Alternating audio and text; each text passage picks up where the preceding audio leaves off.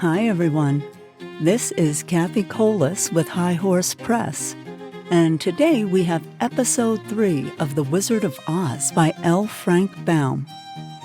Dorothy and the Scarecrow meet the last two members of Team Oz, the Tinman and the Cowardly Lion. They both have their own special ask and continue on with Dorothy along the yellow brick road. Here we go. The Rescue of the Tin Woodman. When Dorothy awoke, the sun was shining through the trees, and Toto had long been out chasing birds around him and squirrels. She sat up and looked around her. There was the Scarecrow, still standing patiently in his corner, waiting for her. "We must go and search for water," she said to him. "Why do you want water?" he asked. "To wash my face clean after the dust of the road, and to drink so the dry bread will not stick in my throat." "Must be inconvenient to be made of flesh," said the Scarecrow thoughtfully. "For you must sleep and eat and drink. However, you have brains, and it's worth a lot of bother to be able to think properly." They left the cottage and walked through the trees until they found a little spring of clear water, where Dorothy drank and bathed and ate her breakfast. She saw there was not much bread left in the basket, and the girl was thankful the Scarecrow did not have to eat anything, for there was scarcely enough for herself and Toto for the day. When she had finished her meal and was about to go back to the road of yellow brick, she was startled to hear a deep groan nearby. "What was that?" she asked timidly. "I cannot imagine," replied the Scarecrow, "but we can go and see." Just then, another groan reached their ears, and the sound seemed to come from behind them. They turned and walked through the forest a few steps when Dorothy discovered something shining in a ray of sunshine that fell between the trees. She ran to the place and then stopped short with a little cry of surprise. One of the big trees had been partly chopped through, and standing beside it, with an uplifted axe in his hands, was a man made entirely of tin. His head and arms and legs were jointed upon his body, but he stood perfectly motionless, as if he could not stir at all. Dorothy looked at him in amazement, and so did the Scarecrow, while Toto barked sharply and made a snap at the tin legs, which hurt his teeth. "Did you groan?" asked Dorothy. "Yes," answered the Tin Man. "I did. I've been groaning for more than a year, and no one has ever heard me before or come to help me." "What can I do for you?" she inquired softly, for she was moved by the sad voice in which the man spoke. "Get an oil can and oil my joints," he answered. "They are rusted so badly that I cannot move them at all. If I am well oiled, I shall soon be all right again. You will find an oil can on a shelf in my cottage." Dorothy at once ran back to the cottage and found the oil can, and then she returned and asked anxiously, "Where are your joints?" "Oil my neck first," replied the Tin Woodman. So she oiled it, and as it was quite badly rusted, the Scarecrow took hold of the tin head and moved it gently from side to side until it worked freely, and then the man could turn it himself. "Now, oil the joints in my arms," he said.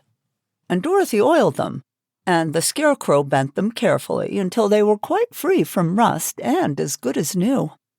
The Tin Woodman gave a sigh of satisfaction and lowered his axe, which he leaned against the tree. "This is a great comfort," he said. "I've been holding that axe in the air ever since I rusted, and I'm glad to be able to put it down at last. Now, if you will oil the joints of my legs, I shall be all right once more."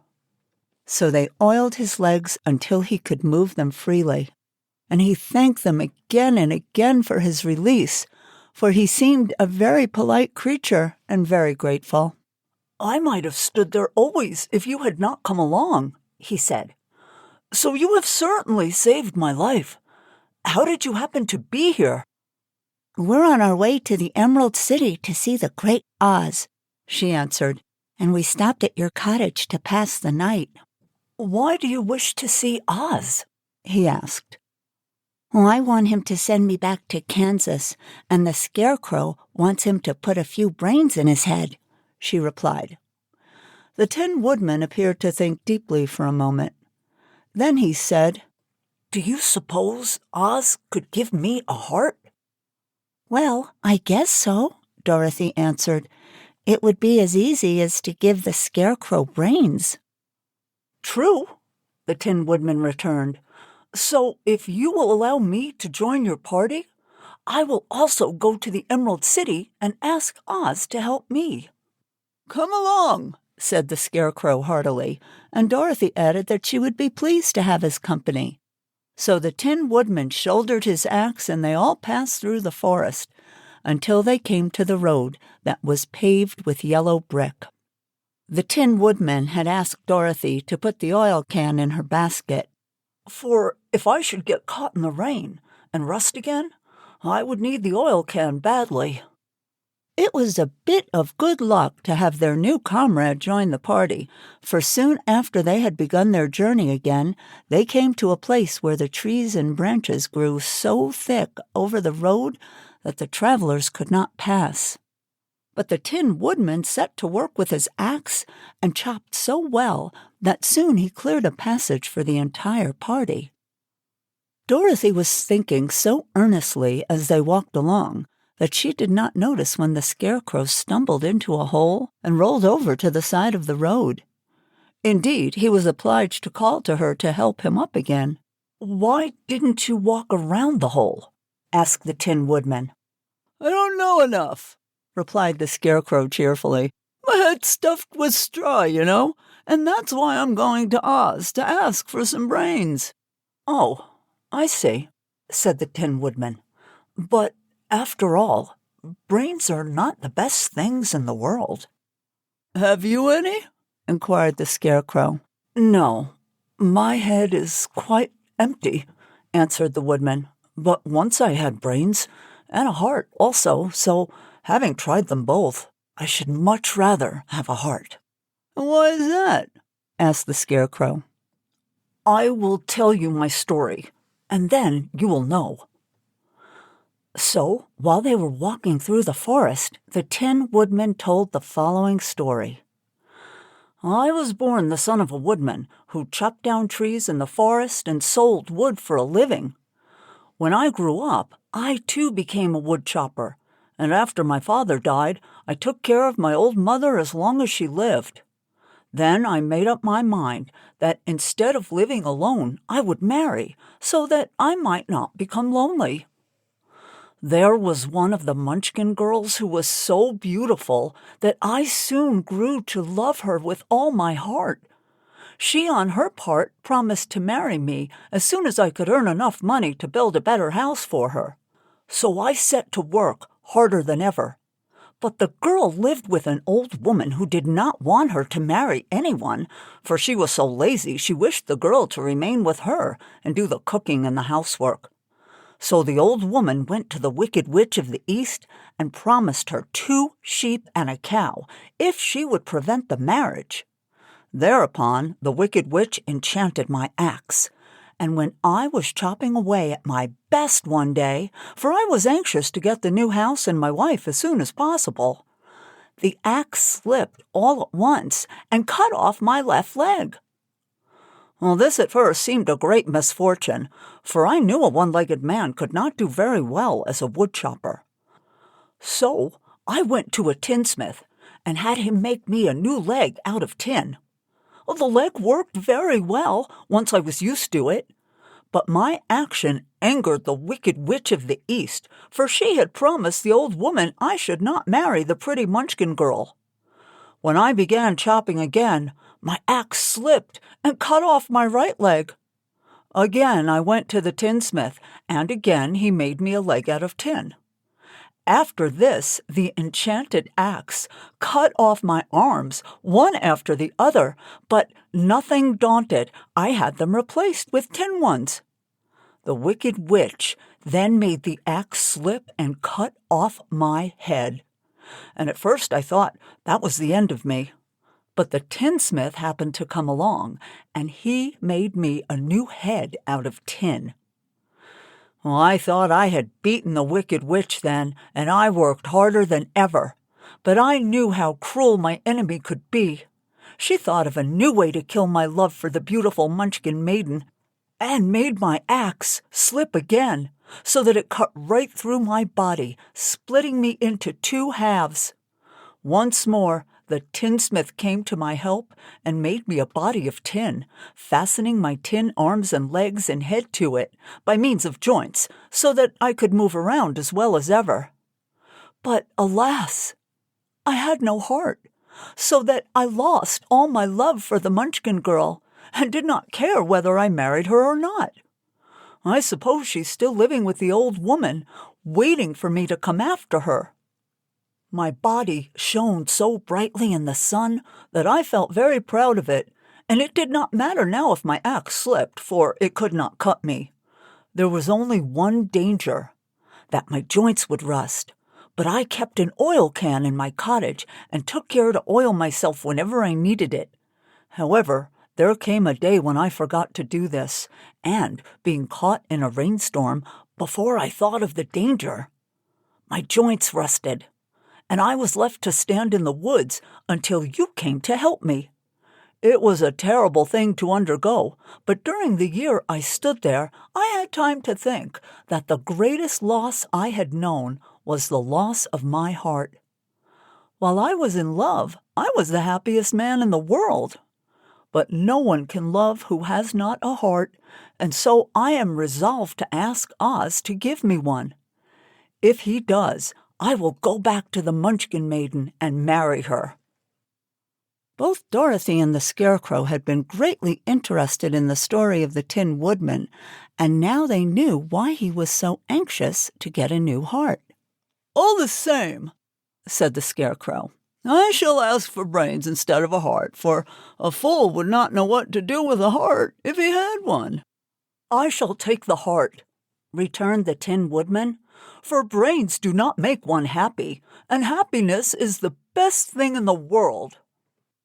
Dorothy did not say anything, for she was puzzled to know which of her 2 friends was right, and she decided if she could get back to Kansas and Aunt Em, it did not matter so much whether the Woodman had no brains and the Scarecrow had no heart, or each got what he wanted. What worried her most was that the bread was nearly gone, and another meal for herself and Toto would empty the basket. To be sure, neither the Woodman nor the Scarecrow ever ate anything, but she was not made of tin nor straw, and could not live unless she was fed. So now we have no brains, no heart, and no home. That's a lot of no. Let's see what the lion can add to this mix.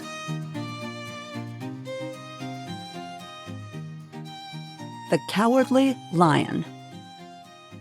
All this time, Dorothy and her companions had been walking through the thick woods. The road was still paved with yellow brick, but these were much covered by dried branches and dead leaves from the trees, and the walking was not at all good. There were few birds in this part of the forest, for birds love the open country where there's plenty of sunshine. But now and then there came a deep growl from some wild animal hidden among the trees. These sounds made the little girl's heart beat fast, for she did not know what made them. But Toto knew, and he walked close to Dorothy's side and did not even bark in return. "How long will it be," the child asked of the Tin Woodman, "before we're out of the forest?" "I cannot tell," was the answer, "for I have never been to the Emerald City, but my father went there once when I was a boy, and he said it was a long journey through a dangerous country, although nearer to the city where Oz dwells, the country is beautiful. But I'm not afraid, so long as I have my oil can, and nothing can hurt the Scarecrow, while you bear upon your forehead the mark of the Good Witch's kiss, and that will protect you from harm." "But Toto," said the girl anxiously, "what will protect him?" "We must protect him ourselves if he is in danger," replied the Tin Woodman.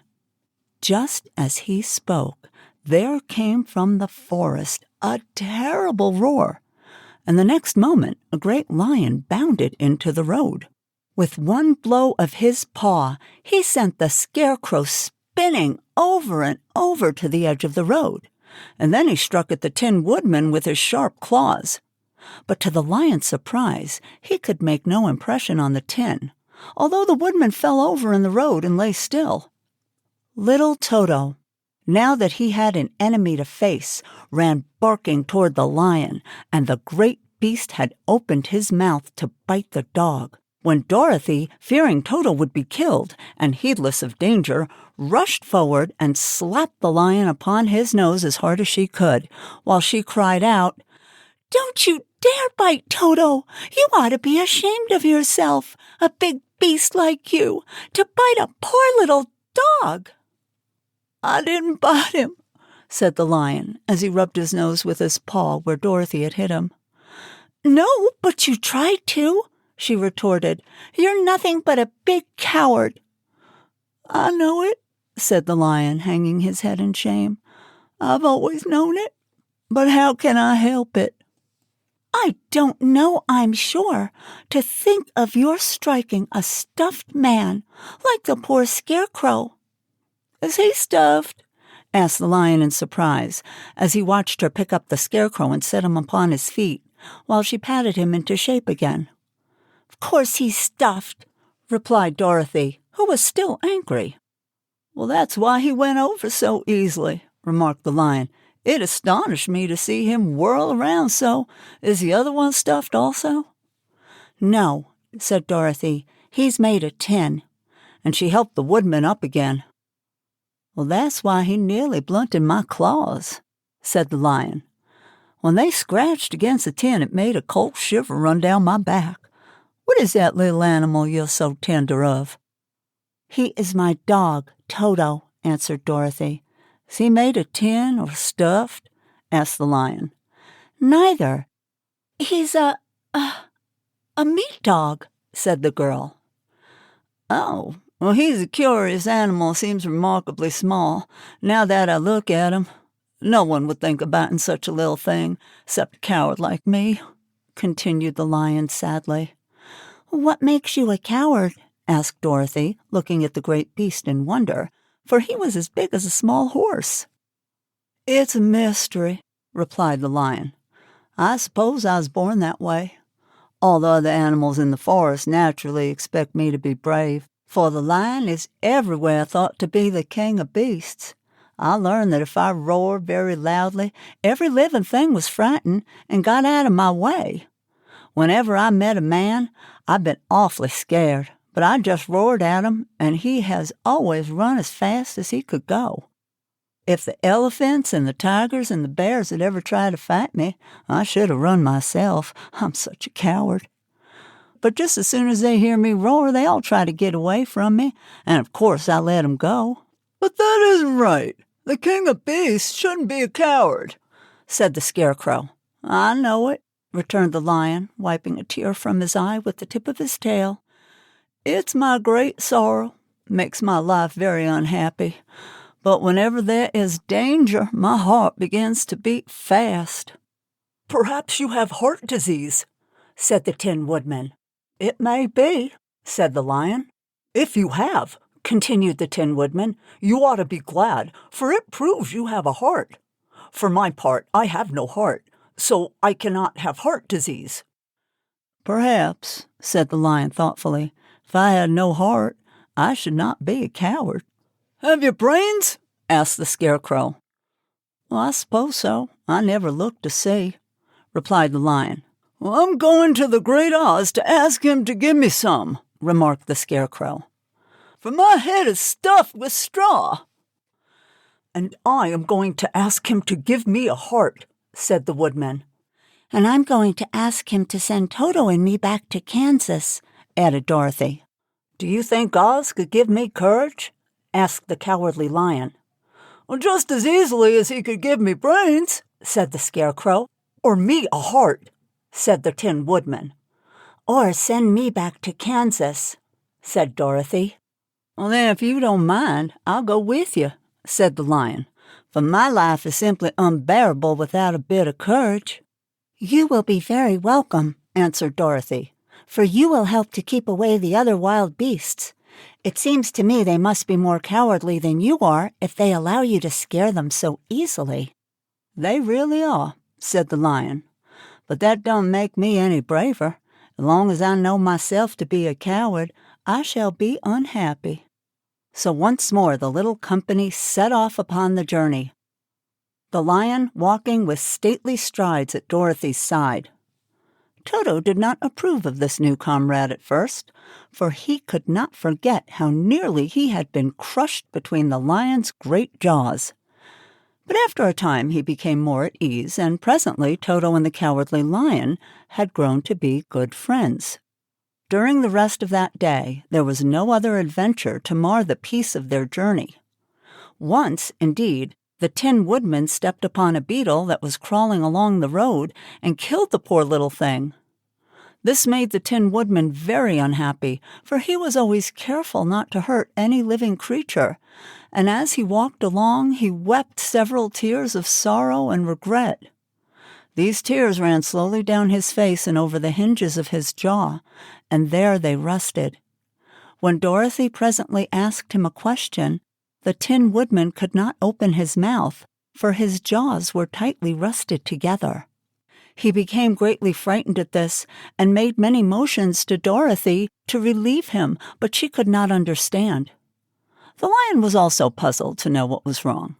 But the Scarecrow seized the oil can from Dorothy's basket and oiled the woodman's jaws so that after a few moments he could talk as well as before.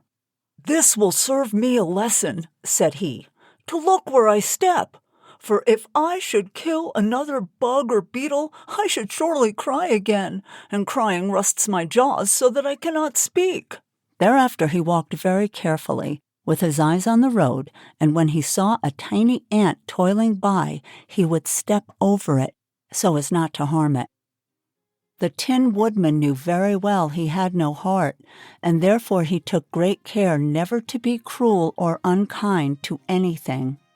"You people with hearts," he said, "have something to guide you, and need never do wrong. But I have no heart, and so I must be very careful. When Oz gives me a heart, of course, I needn't mind so much." And there you have it. If you're enjoying this podcast, please rate it, review it, follow us on your favorite podcast platform. Don't forget to join me next week for Episode 4 of The Wizard of Oz by L. Frank Baum. Thanks so much for listening, and we'll see you next week.